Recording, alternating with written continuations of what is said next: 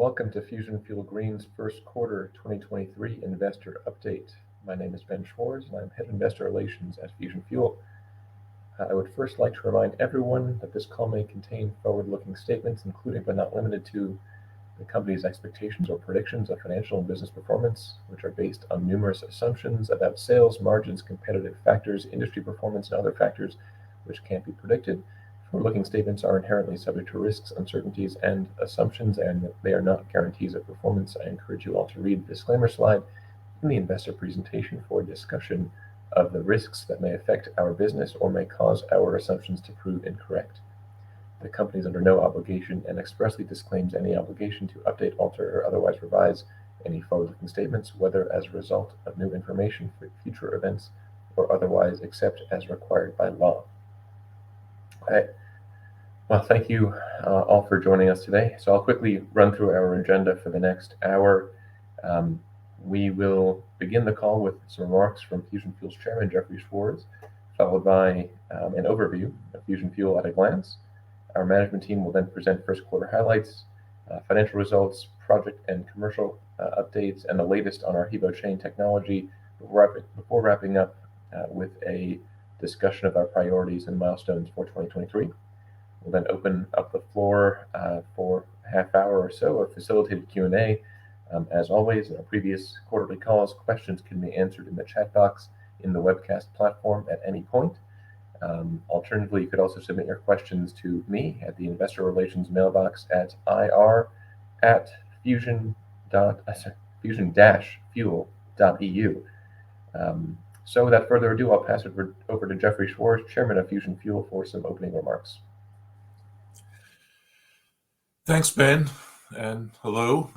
As Ben said, I'm Jeffrey Schwarz, chairman of Fusion Fuel Green PLC, and I'm happy to be able to add my welcome to today's investor update. These have been exciting times at Fusion. In recent months, we've begun the commissioning of our inaugural third-party project for Exolum in Madrid, firmly planted our flag in another country with a recent awarding of a grant for a mobility project in Italy, a project that will employ the newest addition to the Fusion product line, our HEVO chain. We've signed a contract with SASIC for the installation of a HEVO solar solution. We will be using the newest generation, HEVO 2023, for this project, which we expect to complete by year-end. We signed a collaboration agreement with Toyota Materials Handling España, providing for a holistic customer solution combining Toyota's market-leading hydrogen fuel cell forklifts and our HEVO green hydrogen production technology.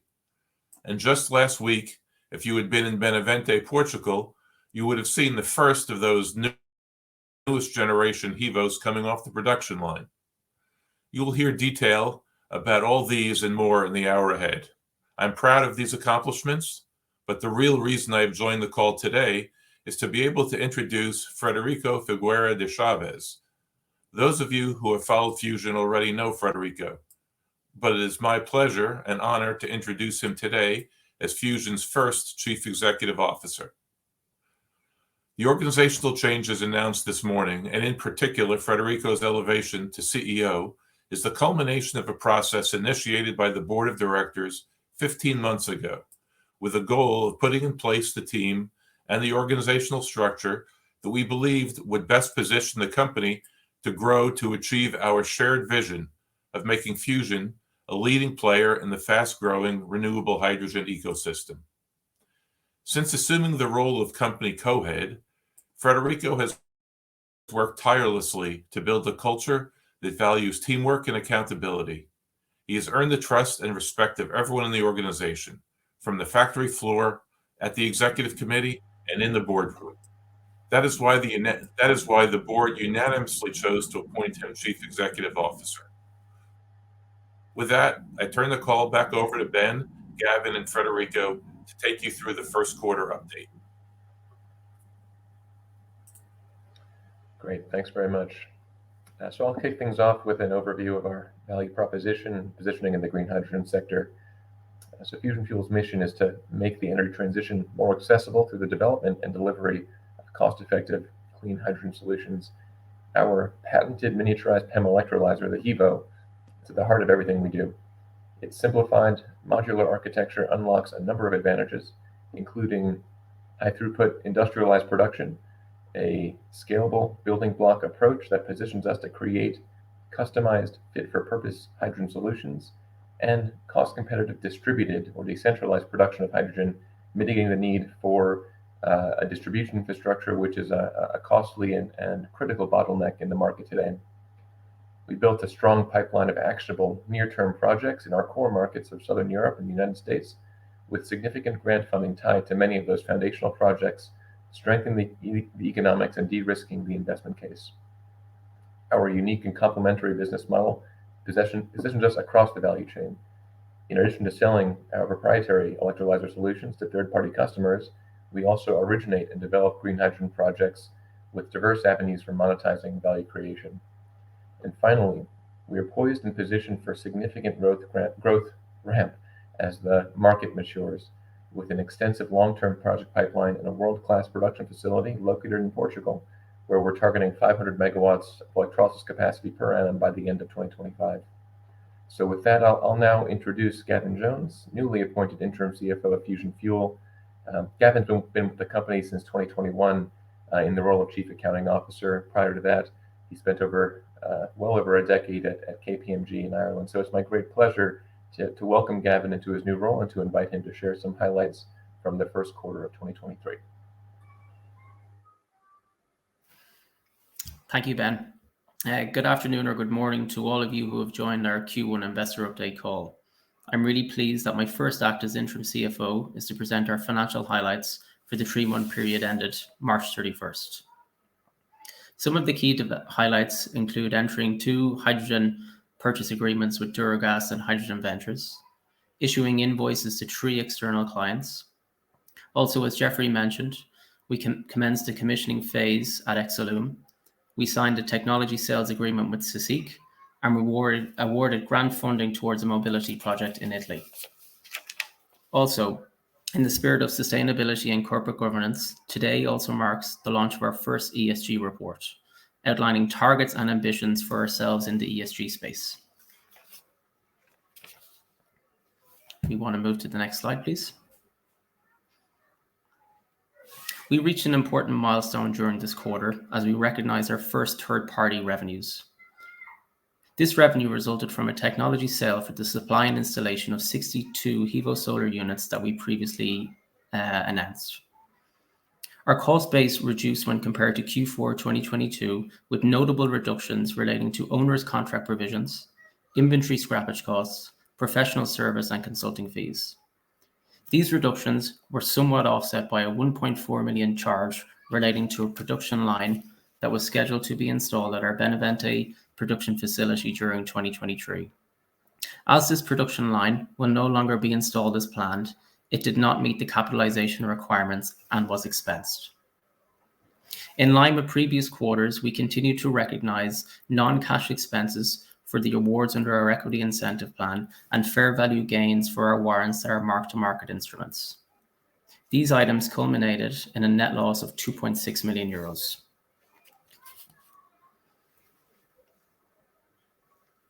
Can we move to? Perfect. During the quarter, we continued to invest in our core assets, notably our Benavente production facility, internally generated hydrogen production plants, our Hevo technology development assets, and our inventory. Any increases in these assets were offset by depreciation and amortization charges. As a consequence of recognizing our first revenues, we also recognized trade receivables, and the amount shown on this slide was received subsequent to the quarter end. As I previously noted, we've also issued further invoices to other clients during quarter 2. Our VAT receivable balance increased by 0.6 million euros during the quarter. In quarter 2 to date, we've received 3.2 million euros of the amounts outstanding at March 31. To continue the trends of firsts, we entered into our first debt facility during the quarter and drew down 2 million euros. This facility, which is with a Portuguese financial institution, is short-term in nature, and its purpose is to free up some of the significant receivables we have with the Portuguese government. This 2 million euros has already been repaid during the second quarter as VAT amounts were received. The deferred income balance increased by 3.1 million euros as we received further installments from our C5 grant award and amounts from customers that did not yet meet the requirements for revenue recognition. Next slide, please. We sold ordinary shares through our ATM facility, which raised net proceeds of 2.4 million. Our share-based compensation reserve also increased as we granted RSUs to our employees and options to our non-executive directors. We have been really successful at both securing direct grant awards and supporting partners in their submissions that will use our technology. This is an activity that we intend to continue, and we are already working on numerous proposals, both in Spain and Portugal, for the next wave of grants. Now I will pass you to Federico, who will provide an update on the business. Great. Thank you very much, Gavin. And thank you for taking on the role of CFO from me as well. And also thank you, Jeffrey, for the kind words at the beginning. So I will cover both technology and commercial activities in my update, starting with an update on our projects and pipeline. So we currently have just over 25 projects in our short to mid-term pipeline, the majority coming from Spain, where we are currently in the commissioning process of our Exolum project, our first project to go live in Spain. We're already actively marketing our Hivo chain offering for delivery as early as this year already. Most notably, we've already received a grant award for a project in Italy using this technology, only a few months after launching it. The United States continues to be a market with significant strategic importance for us. Zach and Jason launched our activities in this market last year with the Bakersfield project and have more recently brought 2 other opportunities in North America to the portfolio. We aim to continue to develop opportunities in this market with them in the future and to enter into technology partnerships with them. Our focus is to mature our pipeline into projects in execution and contracted, something we have finally been able to make some progress given the licensing and regulatory hurdles. As Kevin noted, we post our first revenues in Q1. In Q2, we've invoiced 2 other clients, and we're now picking up momentum on the more traditional activities from our business development front. So we expect that to continue as these 25 or 27 or so projects mature. I also want to take this opportunity to introduce an exciting concept we've been working on together with our Fusion Fuel Spain partners. Fusion Fuel Spain, together with 2 leading European energy companies, along with Toyota Material Handling, have created a holistic solution for hydrogen mobility for logistics centers. The partnership provides best-in-class hydrogen vehicles, our highly competitive electrolyzer solution, and therefore levelized cost of hydrogen, renewable energy sourcing, and fleet financing options. So it's a true holistic solution for logistics centers. We can offer competitive green hydrogen and/or mobility as a service options to logistic companies in the region. The Zaragoza hub is expected to be deployed in various stages, matching demand growth and hydrogen fleet deployment. In fact, the CSIC project, which we're now executing, so our second project in Spain, which we're already executing on now, serves as the first concrete step in the execution of this particular hub. We find this a truly highly interesting concept and partnership, and we aim to replicate it for other logistic areas across Iberia. So although this is just a concept example, this is one of several logistic hubs we want to be targeting. We see logistics as a core market for the green hydrogen world, and a market where you traditionally can have captive fleets and fast deployment. On the technology front, I want to also note with some pride that we have actually last week started the production of our Gen 4 Hivos, which I have here in front of me. This is a substantial progress in our HEVO evolution. It is 8 times more powerful than this one that I have in front of me. This was the first one used in our Evro project. So we have significant reduction in complexity and therefore also unit cost, and it showcases the speed of the innovation that's taking place at Fusion Fuel. The HEVO continues to benefit from cheaper power equipment in the overall balance of system, lower operational and maintenance costs, and simpler maintenance processes than other sort of large stack solutions, reduced system losses, lower production costs, and it's designed for modular and scalable deployment. We're already integrating this generation to our ongoing projects, starting with a CSIC project. So that is a HEVO solar project, but it will already be taking this latest generation of HEVO. The HEVO chain will also be built around this core new HEVO. Speaking on HEVO chain, I want to introduce the overall concept of this product line. So once again, the new HEVO lies at the heart of the HEVO chain offering. Our centralized electrolyzer offering has 2 product types. The previously announced containerized solution, which ranges from 1 to 2.5 megawatt option, depending on the size of the container, which will enter commercial production in 2024. This was what we announced in December, and you see there on the right-hand side. But also our non-containerized solution. Still operating with the HEVO at its core, together in a string and together in a tailored system that can be deployed for any project size. We plan commercial production and deployment of this series already in 2023.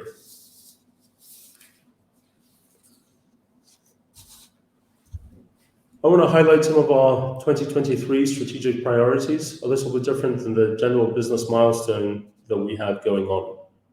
So now with the HEVO chain offering, the Northern European market becomes a potential addressable market for us. The electrolyzer market in Northern Europe has been moving quickly, and although Southern Europe benefits from very cheap and readily available renewable power, the Northern European market has been moving faster in terms of actually deploying electrolyzers. With our HEVO chain offering, we now will have a highly competitive solution where we can enter this market, and we plan to do so already this year. Also, we want to strengthen our balance sheet and our capital position. Our strong tech offering and robust pipeline enable us to target being cash flow self-sufficient at some point in the second half of 2024. We continue to explore all options to ensure we have a balance sheet that allows us to execute on our strategy. On point 3, as previously mentioned, we'll continue to evolve the HEVO chain offering to be able to be deployed in the large-scale projects that we're engaged in particular the containerized version, that I mentioned previously. As we're a young company in a fast-growing industry, it's critical to ensure we maintain a strong corporate culture around operating as a team, executing quickly, and ensuring robust processes. This is a core element of our governance focus in our first ESG report that we also published today. We've been successful by being nimble and quick, and now we need to safeguard these elements as we grow and mature as a company. Lastly, I will note the focus that we're undergoing on ensuring we can pursue strategic partnerships. Across the industry, we see exciting opportunities, be they in the development, funding, technology, or even production space. We'll continue to explore these to strategically add value to our proposition where we can. Already, our Fusion Fuel Spain, our Toshiba on the membrane, our Toyota on the handling side partnerships are just some examples of our efforts to make sure that we bring in and partner with strong propositions to add to our offering. Lastly, I want to, as we always do, just finish up on tackling our key milestones for 2023 and our progress against them. With the new, more powerful HEVO, we are well underway to have an expanded production capacity at minimal additional cost. As I mentioned before, this HEVO now in front of me is 8 times more powerful than the one before, yet it doesn't take 8 times the time to make it. So we are able to produce a lot more electrolyzer capacity now with this offering, which is helping, of course, our production capacity. The HEVO chain non-containerized unit will be ready for deployment in the coming weeks. So that will already go through finalize trials and ready for deployment. We continue to execute on our contracts. Obviously, the recognizing revenues, being able to issue invoices and receive payments from clients has been a major milestone in that front. We have 2 large projects that we are currently in contract negotiation for deployment later in this year. And we also continue to see a wave of interest in projects coming to our commercial team even for deployment as early as this year. Now, on the project development side, licenses and regulatory frameworks continue to be a major bottleneck for some situations, but we do see some progress in Spain in particular. Portugal has progressed slower than we had hoped, but we have started several of these projects several years ago, so we are now hoping that they are reaching a level of maturity where we can start deploying some of those larger projects that you've heard from us for a while now. We're on the cusp of hydrogen deployment in a very large scale in Europe. The urgency and appetite for projects has never been greater, and we're finally seeing governments not only making promises or announcing ambitions, but finally actually taking action. Examples of these are both the Portuguese and the European Hydrogen Bank's hydrogen auctions going live later this year. This marks a stark change and step up in the industry overall. I'm thrilled to have the opportunity to work with my Fusion colleagues to play a leading and impactful role in this hydrogen market. So I thank you all for your time, and I'll pass back to Ben so we can go through the Q&A. Thank you, Federico. Just as a reminder for those of you who have questions, you can submit them in the chat box in the webcast platform, or direct them to the IR mailbox at ir@fusion-fuel.eu. So we'll open things up with a handful of questions that I received via email from Chris Tsung at Weber Research. His first question is around Bakersfield here in the U.S. and the JV with Alexis, commenting on the latest information that provided in the 20F filing. So just an update there, and perhaps also commentary on how the JV is structured and the respective roles of Fusion Fuel and Alexis Energy. Thanks, Ben. I'll take that one. So we continue to work with Alexis Energy. The details of the partnership and so on we can't disclose at this time. It's still too early for that stage. But as noted, we did engage with Black & Veatch to start feasibility study of the project, and now the development work on that continues.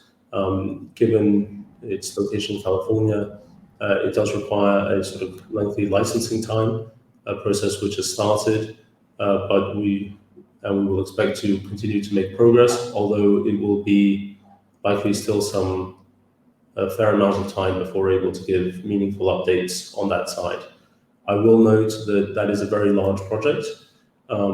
As we announced, it was about 75 megawatts in terms of electrolyzer size. We do, and as I mentioned before, Zach and Jason created 2 new opportunities in the US in North America for earlier deployment, and in a slightly smaller scale, which we could tackle faster. So we hope to be able to be announcing further details of those projects soon. It's important for us to note that the US market continues to be a priority for Fusion Fuel. Thanks, Federico. Second question was, how are we tracking against our full year 2023 guidance? I'll take this one, Ben. So I think during the Q4 investor update, Federico presented our full guidance for 2023 and 2022. We are currently tracking positively towards those projections, especially when it comes to revenue and costs. So I think even previous to Q4, Federico would have provided guidance of between maybe 4 and 4.5 million for operating costs per quarter, excluding that one-off charge which I mentioned during my slides. We were within that bucket, and with cost reduction plans that we put in place and cost efficiencies, we expect this to reduce further as we continue on in the year. So to answer your question, Ben, yes, we're still within the parameters of the guidance we provided previously. Thanks, Gavin. Sticking with you, can you, as a question on capital planning and strategy, can you walk us through how we plan to fund our CapEx requirements through this year and beyond? No problem. So I think, as Federico mentioned most recently, we're currently looking into and investigating various capital areas where we can strengthen our balance sheet. Multiple discussions with financial institutions based here in Europe and wider. As I mentioned as well at the outset, we've invoiced 3 external clients so far in 2023. We want to continue that momentum as we push into the latter stages of Q2 and into Q3. And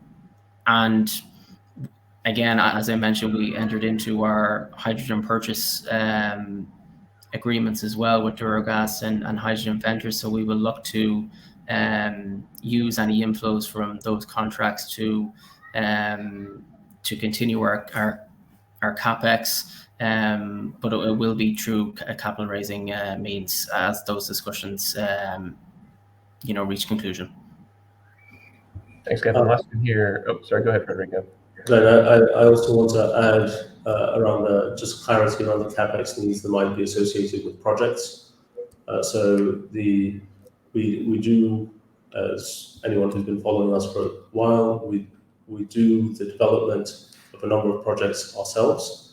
However, the total investment value for those projects is significant in the triple-digit millions, say. We've noted this before, but just to clarify again, we intend to have financial partners for those projects. So those projects and the SPVs are to be owned by a financial investor, which takes on that CapEx responsibility. We create the opportunity and we intend to deploy our technology to it. But funding those projects through to completion is not in our short-term capital plan. And then just one piece, if I may, as well, that I forgot to mention was the grant inflows, which we've now started recognizing or receiving over the last 4 or 5 months alone. Some of the awards that we've received over the last 18 months have actually been provided and paid out. So again, we hope that's a positive trend and will continue during 2023 and 24. Thanks, Gavin. Just sticking with going out of order a little bit, sticking with that point around grants. So a question here around, should we expect continued delays in grants being paid out? And do we expect this to lead to any liquidity challenges or project delays down the road? So I would take that. I think what we have noted is that grants payments can be unpredictable. It's not necessarily always delays. We have seen them sometimes taking nearly a year to get paid, and other times being as quick as 1 week. So what we are looking to do is obviously partner with some commercial banks and so on to take the uncertainty of that timing of the payment away from us, so that we can proceed and operate in a more sort of normalized function. Of course, if that's not possible, that could delay projects, could delay activities. Although I will note once again that we are not looking to take on the investment risk of the projects ourselves, but to sell them on to a third party. So depending on the capital position of that third party, they will have to decide how they want to take that timing risk themselves. Great. This question here from Amit Dayal at H.C. Wainwright. There's a question around maintaining our outlook for 2023 and 2024. We already covered, I think, 2023 and said, yes, we are, we're confident with that guidance. Preliminary 2024 outlook, has that changed since our 4Q 22 call?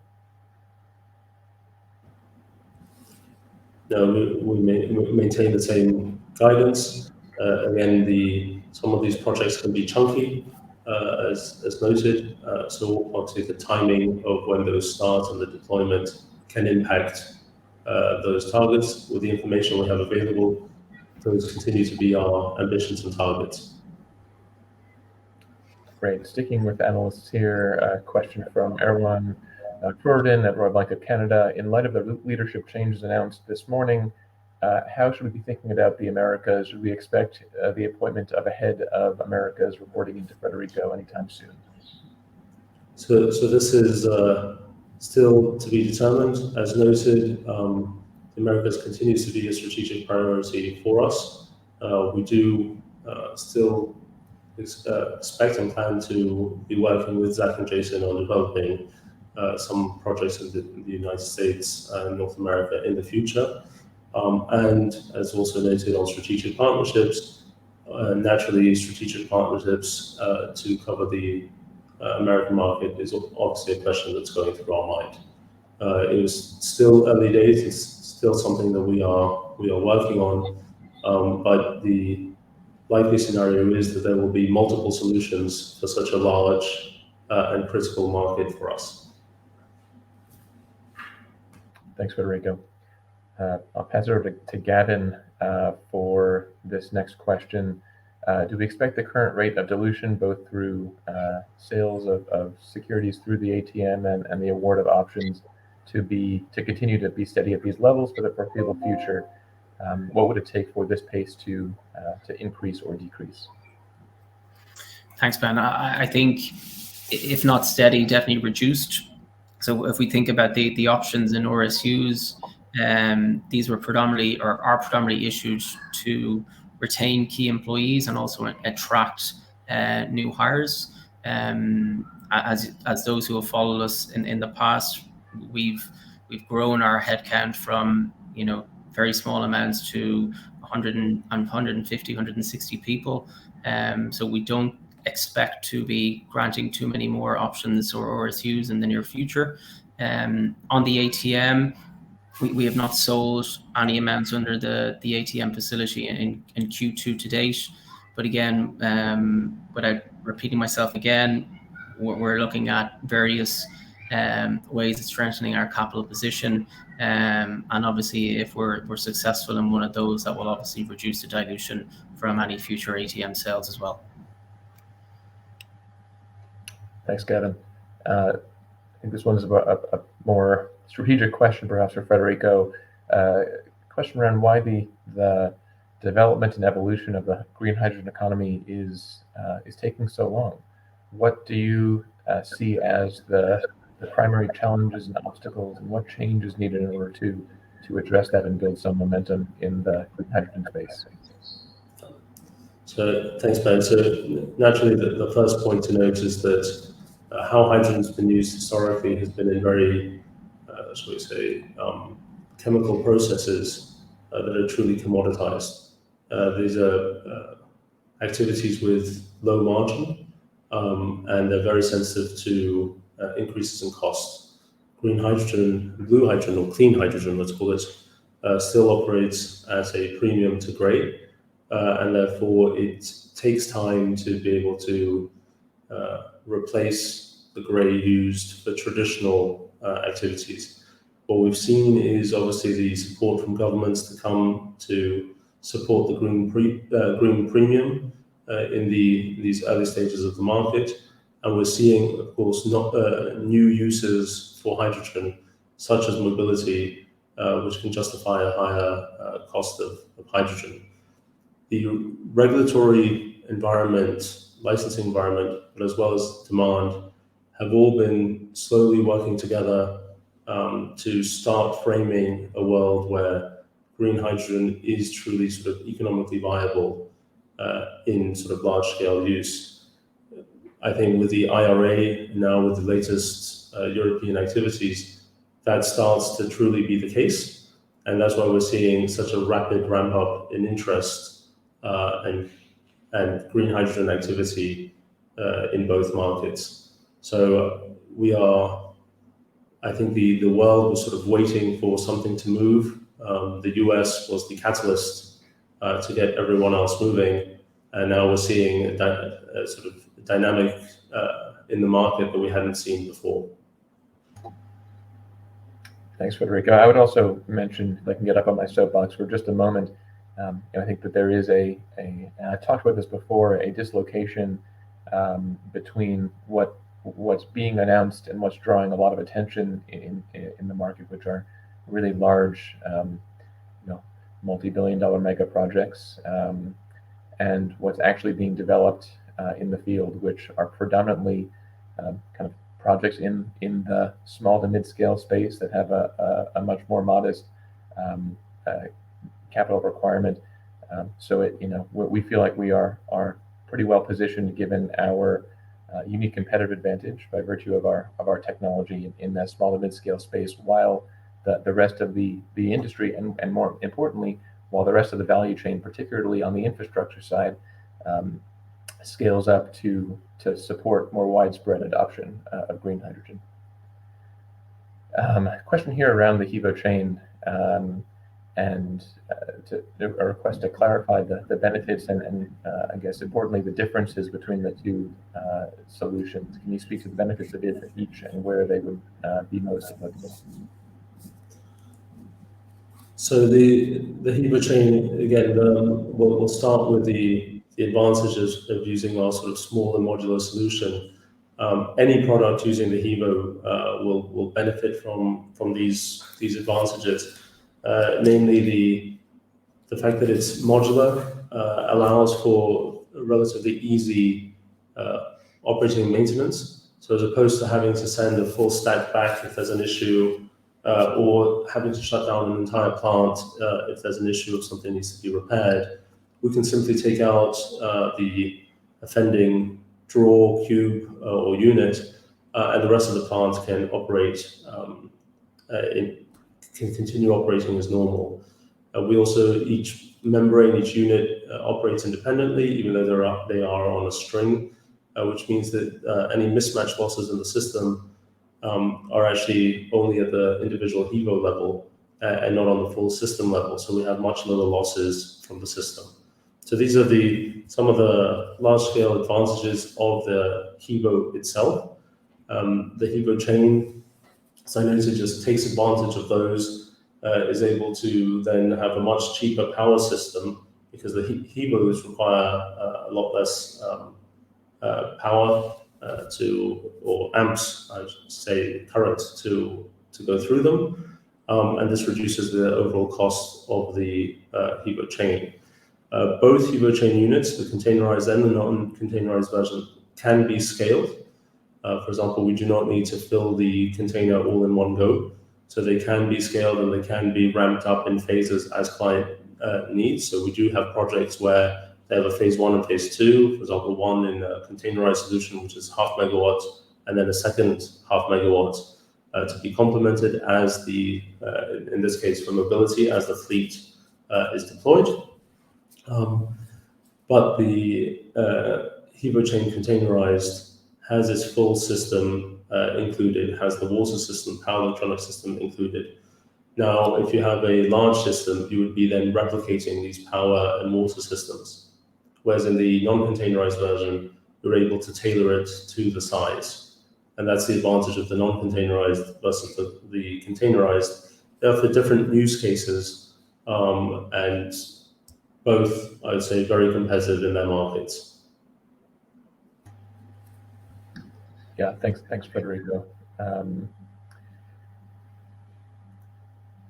Comment here around technology sales and what that sales cycle looks like, and how those contracts tend to be structured. Is payment payment done upfront? Is it after delivery? Is it in piecemeal fashion? Let's call it, each negotiation is its own world, but in general, the approach that we're taking is that there is a set amount of upfront payment. This allows us to invest in the working capital, to buy raw materials, to buy items needed for the production of that item.